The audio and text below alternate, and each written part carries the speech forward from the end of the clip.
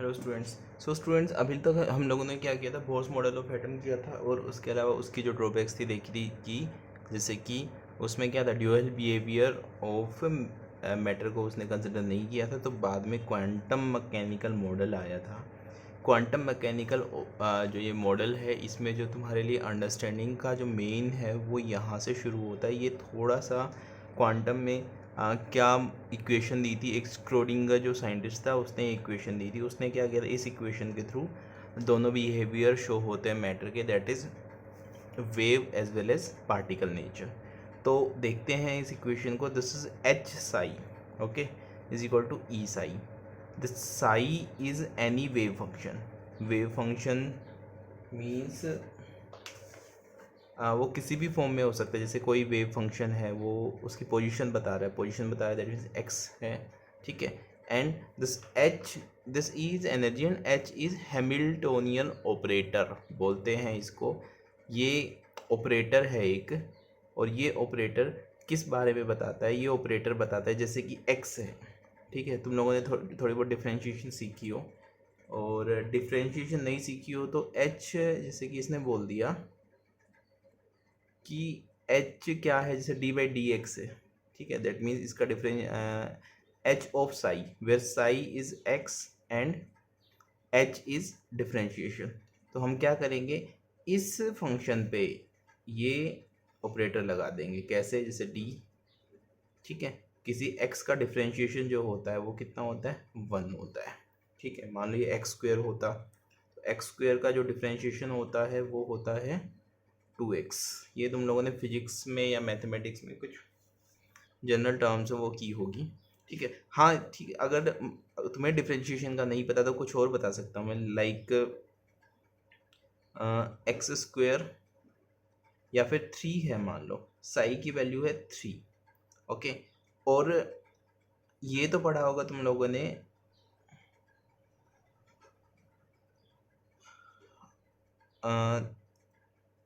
3 multiplier, या फिर जो ऑपरेटर है, ऑपरेटर इज स्क्वायर। स्क्वायर तो तुम लोगों ने किया होगा कि किसी ने बोल दिया हैमिल्टोनियन जो ऑपरेटर है वो है स्क्वायर। तो इसका मतलब क्या करेंगे, हम हैमिल्टोनियन ऑपरेटर को साई के ऊपर लगाएंगे, दैट मीन्स 3, और उसका स्क्वायर कर देंगे, और इसका स्क्वायर कर दिया तो कितना आ गया, 9, ओके। 3 का स्क्वायर कितना आ गया, 9। दैट मीन्स ये कोई भी ऐसी टर्म है जो इस पर्टिकुलर फंक्शन के ऊपर लगाएंगे और उससे उसकी वैल्यू आ जाती है। तो ये सब अभी तुम्हारे काम की बात, ये बाकी बड़ी क्लासेस में आती है, लेकिन इनके बेसिस पे क्या हुआ था, साई के बेसिस पे this is a wave function. एक और वेव साई का स्क्वायर लिया गया था जो क्या बताता है, प्रोबेबिलिटी ऑफ इलेक्ट्रॉन्स। किसी पर्टिकुलर एटम की जगह में, रीजन में, कहाँ पे जो इलेक्ट्रॉन्स है वो मिलते हैं, उसके लिए जो फंक्शन यूज़ होता है वो साई स्क्वायर। तो इस पूरे में जो तुम्हारे लिए याद करने का वो ये है कि जो कौन सा जो फंक्शन होता है वो किसको बताता है, probability of finding the electron, और वो बताता है साई स्क्वायर, ठीक है। देन आफ्टर, जो साई स्क्वायर होता है वो प्रोबेबिलिटी, और प्रोबेबिलिटी कि जिस रीजियन में इलेक्ट्रॉन्स, किसी एटम में जिस रीजियन में इलेक्ट्रॉन्स मिलने की प्रोबेबिलिटी मैक्सिमम, जैसे कि ये मान लो ये न्यूक्लियस है और ये इस कोई एटम है जिसकी ये शेल्स है, इसमें मान लो इस पर्टिकुलर रीजियन में इलेक्ट्रॉन्स जो है उसकी मिलने की संभावना, उसकी प्रोबेबिलिटी मैक्सिमम है, सबसे ज़्यादा है, ठीक है। तो जो ये ऑपरेटर साई स्क्वायर है वो इसके बारे में, इस रीजन के बारे में बताएगा, ठीक है। और इस रीजन को क्या बोलते हैं, इसको बोलते हैं ऑर्बिटल। ऑर्बिटल, तो ऑर्बिटल क्या होता है, orbitals are the region in which the probability of finding an electron is maximum. अब ये ऑर्बिटल क्या होता है, जैसे कि अगर हम बात करें, कोई अगर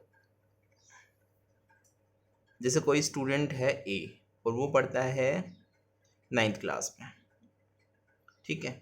तो किसी ने एड्रेस बता दिया कि भाई गुड़गांव वर्ल्ड स्कूल जो है वो पहाड़ी में है, ठीक है। तो पहाड़ी जो हो गया वो इसका मतलब एक तरह का एटम हो गया। अब पहाड़ी में क्या, कहाँ है, पहाड़ी में है वो जो रेवाड़ी पटौदी रोड है उसके ऊपर। तो वो जो रोड हो गया वो क्या हो गया, वो ऑर्बिटल हो गया जिसके अंदर वो मिल सकता है, ये ऑर्बिट या फिर यू कैन से शेल, ठीक है। अब उसमें वो स्टूडेंट कहाँ मिलेगा, गुड़गांव वर्ल्ड स्कूल में। अब गुड़गांव वर्ल्ड स्कूल क्या हो गया, देखो किसी इस स्टूडेंट ए की हमें जो फाइंडिंग की प्रोबेबिलिटी है वो देख रहे हैं। अगर हमें उसने किसी ने बता दिया कि वो पहाड़ी गांव में गुड़गांव वर्ल्ड स्कूल में पढ़ता है, तो हमें क्या करना होगा, पहाड़ी गांव को सर्च करना होगा, then after Gurgaon world school को। अगर हमें उसने ये बता दिया कि ये गुड़गांव वर्ल्ड स्कूल यहाँ है, जो जो मैंने तुम्हें बताया कि ये इसको शेल बोल दिया कि ये इस मतलब सेकंड शेल में, थर्ड शेल में, वैसे उसने उसकी थोड़ा सा और एड्रेस दे दिया। देन आफ्टर उसने एड्रेस दे दिया कि ये जो इस पहाड़ी पटौदी रोड पे ये पर्टिकुलर जो बिल्डिंग है ये गुड़गांव वर्ल्ड स्कूल है। तो इससे क्या पता चल गया कि भाई ये जो इलेक्ट्रॉन है वो कहाँ मिल रहे हैं, या ये स्टूडेंट है वो इस बिल्डिंग में है। इस बिल्डिंग में फिर किसी ने बता दिया तो उसको बोलेंगे हम सब शेल, कि इस शेल के अंदर एक जगह है, एक बिल्डिंग है जिसमें ये इलेक्ट्रॉन्स या sorry this student A can be found. And then after किसने ये बता दिया कि he is in 9th classroom. तो 9th क्लासरूम क्या हो गया, इसकी एग्जैक्ट लोकेशन हमें मिल गई कि भाई ये 9th क्लास के रूम में है। ये स्टूडेंट तुम्हें उस पूरी बिल्डिंग में भी कहाँ मिलेगा, 9th क्लास में। तो इसको हम क्या बोलेंगे, इसका ऑर्बिटल। तो एक तरह से ये और ज़्यादा प्रिसाइज होती जा रही है इसकी वैल्यू। तो हम सबसे पहले क्या बोलते हैं, इलेक्ट्रॉन्स कहाँ मिल सकते हैं, एटम में।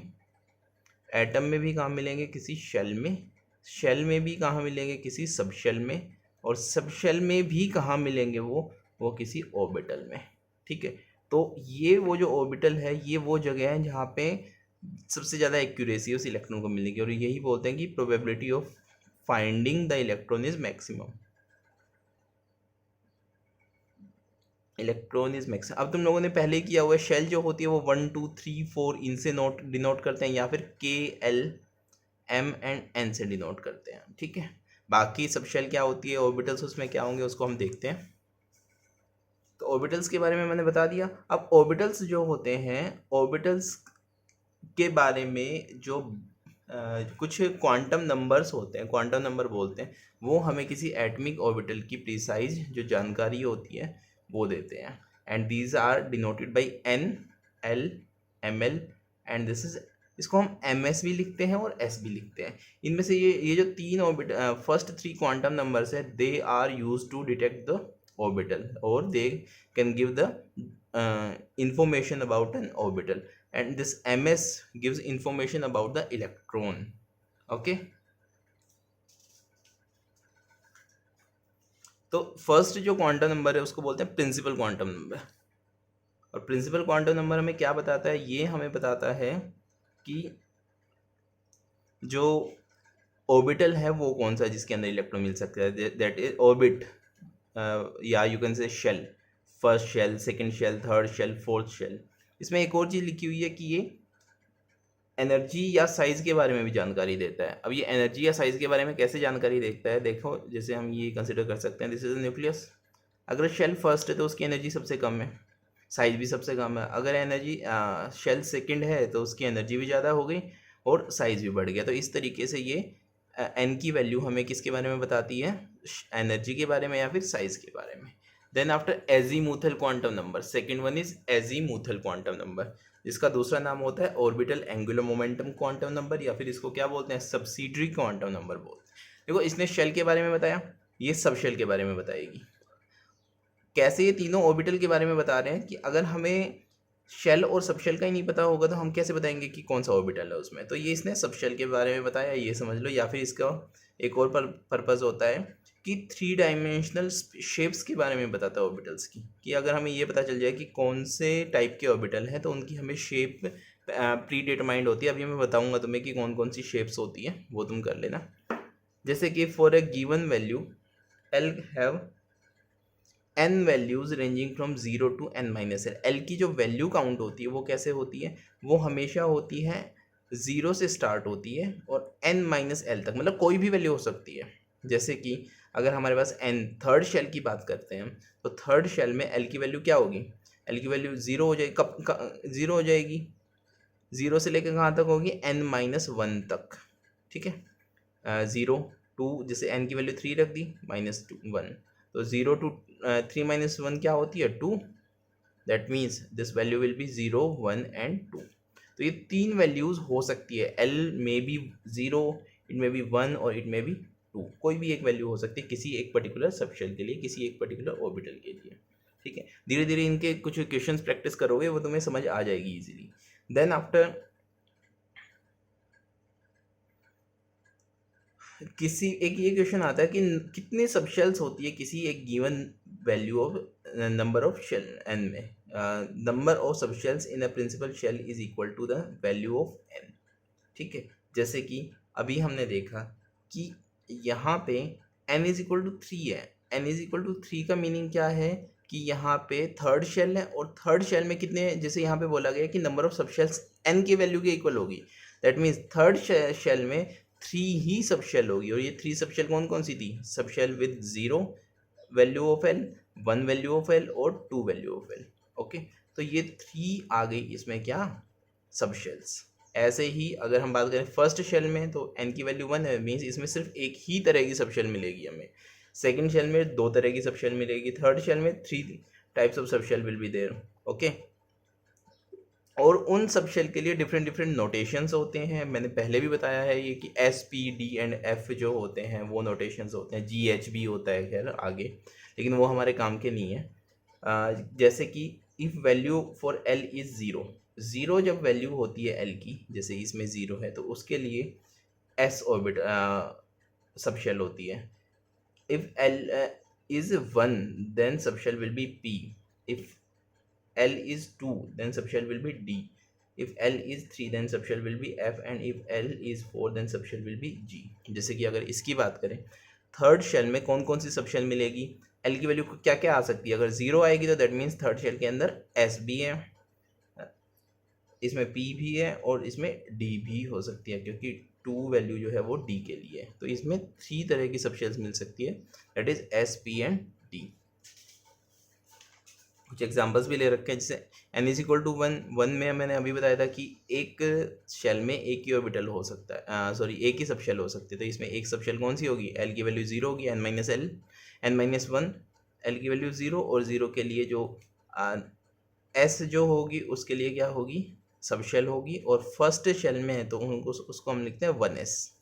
सेकंड में जो है शेल में दिस इज 0 एंड 0 के लिए ये गलती हो गई, दिस इज 2s। ओके, 0 के लिए l की वैल्यू 0 हो तो वो कौन सी सबशेल होती है, s। देन आफ्टर सेकंड में ही अगर l की वैल्यू 1 है तो उसके लिए कौन सी सबशेल होती है, p। Okay, then after third में अगर 0 वैल्यू है 0 के लिए s, this is 3s, 1 p 3p, 2 के लिए d 3d, and fourth shell 0 4s। Okay, तो इस तरीके से ये सबशेल और उनके नोटेशंस होते हैं। देन आफ्टर थर्ड जो क्वांटम नंबर है that is magnetic orbital quantum number, and this quantum number actually define the special orientation of the orbitals, मतलब किस एक्सिस में वो प्रेजेंट है, वो कोऑर्डिनेट एक्सिस क्या क्या है उसके मैंने बताया था ना कि शेप्स में पता चलता है, शेप हम बाद में करेंगे। इसकी जो वैल्यू होती है वो कितनी होती है, 2l+1 वैल्यूज़ होती है। जैसे कि अगर हमारे पास l की वैल्यू 2 है तो उसमें कौन कौन से कितने जो m प्रेजेंट हो सकते हैं या कितने orbitals present, number of orbitals के बारे में बताता है ये, कितने ऑर्बिटल्स प्रेजेंट हो सकते हैं, 2 2 ज़ा 4 + 1 5। That means if l is 2, l2 किसके लिए होता है, d के लिए, तो d में कितने ऑर्बिटल्स मिल सकते हैं, 5। तो देख इनकी वैल्यूज़ गिवन होती है -l2 + l, सिंपल सा है, -l -1 से इस तरीके से -l2 + l तक इनकी वैल्यू होती है। फॉर एग्जांपल अगर हम लें l की वैल्यू 2 है तो -2 से लेके +2 तक की जितनी वैल्यूज़ होती है वो सारी ml में आती है, -2 -1 0 1 2। ओके, सो टोटल 5 ऑर्बिटल्स होंगे इन डी सबशेल। देखो 2 जो होता है वो किसके लिए होता है, डी सबशेल के लिए, तो डी सबशेल में 5 आ गए, 1 2 3 4 एंड 5, सो 5 ऑर्बिटल्स होते हैं डी सबशेल में।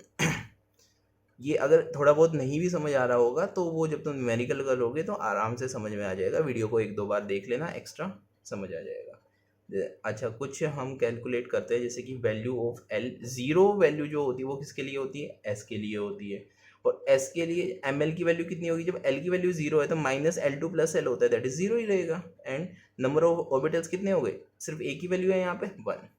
Then after if the value of l is 1 that means subshell will be p, and the ml value will be -1 2 +1 -1 0 and +1। तो कितने ऑर्बिटल्स हो गए? 1 2 एंड 3, 3 ऑर्बिटल। ऐसे 2 है तो 1 2 3 एंड 4 एंड 5, 5 ऑर्बिटल्स। ऐसे 3 है तो 7 ऑर्बिटल्स। तो इसलिए याद रखना, S में 1 ऑर्बिटल होते हैं, P में 3 होते हैं, D में 5 होते हैं और F में 7 ऑर्बिटल्स होते हैं। इसका टेबल अच्छे से बना लेना तुम लोग। देन आफ्टर जो फोर्थ क्वांटम नंबर बचा, that is spin quantum number. तो स्पिन क्वांटम नंबर में जो ये क्वांटम नंबर होता है वो इलेक्ट्रॉन की स्पिन के बारे में बताता है कि इलेक्ट्रॉन किस डायरेक्शन में अपने ही एक्सिस पे रोटेट कर रहा है। ठीक है, दो डिफरेंट डायरेक्शंस हो सकती हैं। जैसे अर्थ जो होती है अपने एक्सिस पे रोटेट करती है, similarly this electron spins on its own axis. Okay, so these axes may be denoted by this one is spin up and this one is spin down। और इनके लिए जो s या ms की value जो होती है उसको हम लिखते हैं, जो स्पिन अप होता है उसके लिए जो वैल्यू होती है वो होती है +12, एंड जो स्पिन डाउन होती है उसके लिए वैल्यू होती है -12। जैसे कि कोई एक ऑर्बिटल ये है, इसके अंदर हाँ एक ऑर्बिटल में मैक्सिमम 2 इलेक्ट्रॉन्स ही आ सकते हैं। ठीक है, तो जैसे ये ऑर्बिटल, इसमें 2 इलेक्ट्रॉन्स हमने फिल कर दिए। जो स्पिन अप साइड है उसको हम लिखेंगे this is it's value is +12, and जो स्पिन डाउनवर्ड है उसको हम लिखेंगे, इसकी वैल्यू कितनी है? -12। तो इस वाले के लिए जो s की वैल्यू होगी वो कितनी होगी? +12। और इसके लिए s की वैल्यू कितनी होगी या ms की वैल्यू कितनी होगी? इसको ms भी लिख सकते हो, -12। ठीक है, अच्छा इसके बाद आती है shapes of the orbitals. Shapes of the orbitals में अगर हम बात करें तो एस जो सबशेल होते हैं उनमें एक ही ऑर्बिटल होता है और उसकी शेप कैसी होती है? स्फेरिकल शेप होती है। पी ऑर्बिटल होते हैं, उसमें एम की वैल्यू देखोगे तो -1 2 +1 होती है, -1 0 एंड +1। तो इसके लिए 3 ऑर्बिटल्स होते हैं, P X P Y and P Z. तो ये सपोज करो this is X axis, this is Y axis and this is Z axis. तो ये क्या होंगे? पी ऑर्बिटल में जो पी एक्स होंगे उसमें ओनली एक्स एक्सिस पे ये ऑर्बिटल होगा। ठीक है, इसमें जो ये साइड में होती है इनको बोलते हैं लोब्स, और जो ये बिल्कुल दोनों का जंक्शन होता है इसको बोलते हैं नोड। लोब्स होते हैं जहाँ पे इलेक्ट्रॉन्स मिलते हैं, और नोड जो होते हैं वहाँ पे इलेक्ट्रॉन नहीं मिलते। ठीक है, यहाँ पे 0 होती है इलेक्ट्रॉन्स मिलने की प्रोबेबिलिटी। ऐसे जैसे पी एक्स था, पी वाई में क्या है? वाई ऑर्बिटल में लोब्स आ गई, पी जेड में जेड ऑर्बिटल में लोब आ गई। तो these are 3 orbitals, 3 P orbitals. Okay, then after D orbitals होते हैं 5, एफ ऑर्बिटल्स डबल, इसको बोलते हैं डम्बल शेप। जो सॉरी डम्बल शेप, ये जो है इनको बोलते हैं डम्बल शेप। जो डंबल जिसे एक्सरसाइज करते हैं वो वाले डंबल, इसको डंबल शेप, इसको डम्बल शेप बोलते हैं, जो डी ऑर्बिटल्स होते हैं। और इसके अलावा एफ ऑर्बिटल्स होते हैं, वो हमारे सिलेबस में नहीं है, उसको हम ट्रिपल डंबल शेप बोलते हैं।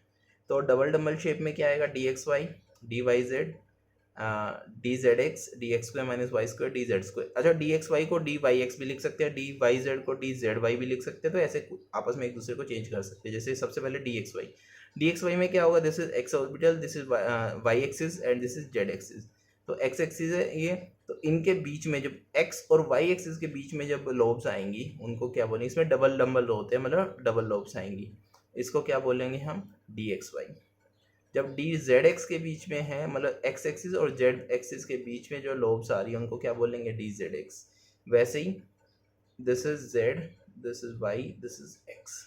जब डी वाई जेड की बात करेंगे उसमें क्या होगा? ये वाई एक्सिस है और ये जेड एक्सिस है, उनके बीच में लोब्स आएंगी। ठीक है, और ये लोब्स सारी इक्वल है। मैंने थोड़ी सी बड़ी छोटी बना दी है, सारी लोब्स इक्वल होती है हर तरह की। Then after D X square minus Y square, तो इसमें जो लोब्स आएंगी वो किस पे आएंगी? एक्स एक्सिस और वाई एक्सिस पे। This is Z axis, this is Y axis and this is X axis. ठीक है, तो एक्स एक्सिस और वाई एक्सिस पे ही लोब्स आएंगी, उसको क्या बोलेंगे? D X square minus Y square. Then after this is D Z square, और डी जेड स्क्वायर के केस में क्या होगा? देखो ये एक लोब तो जेड पे जाएगी और दूसरी यहाँ पे आएगी एक रिंग। जैसे सैटर्न जो प्लेनेट है उसके चारों तरफ रिंग होती है, वैसे ही ये रिंग आएगी। ठीक है, सो ये जो ऑर्बिटल्स हैं उनकी शेप थी। इन ऑर्बिटल्स की शेप के बारे में जैसे कि बोला गया था कि कौन बताता है? एजीमुथल क्वांटम नंबर कैसे बताता है कि जैसे अगर हमें ये पता है कि एस ऑर्बिटल आ गया, सबशेल का पता चल गया, और सबशेल का पता चल गया तो हमें ये पता चल जाता है कि जो ऑर्बिटल्स होंगे उनके अंदर वो कैसे होंगे? स्फेरिकल होंगे। अगर हमें ये पता चल जाता है कि पी ऑर्बिटल से, तो इसका मतलब हमें पता चल जाता है कि उसकी शेप कैसी होगी, डबल शेप होगी। और अगर हमें डी का पता चल जाता है तो डबल शेप होगी। उसके बाद मैग्नेटिक क्वांटम नंबर क्या बताता है कि ये जो शेप्स होती हैं वो कौन कौन से कोऑर्डिनेट एक्सिस पे होती है। आज के लिए इतना ही, थैंक यू।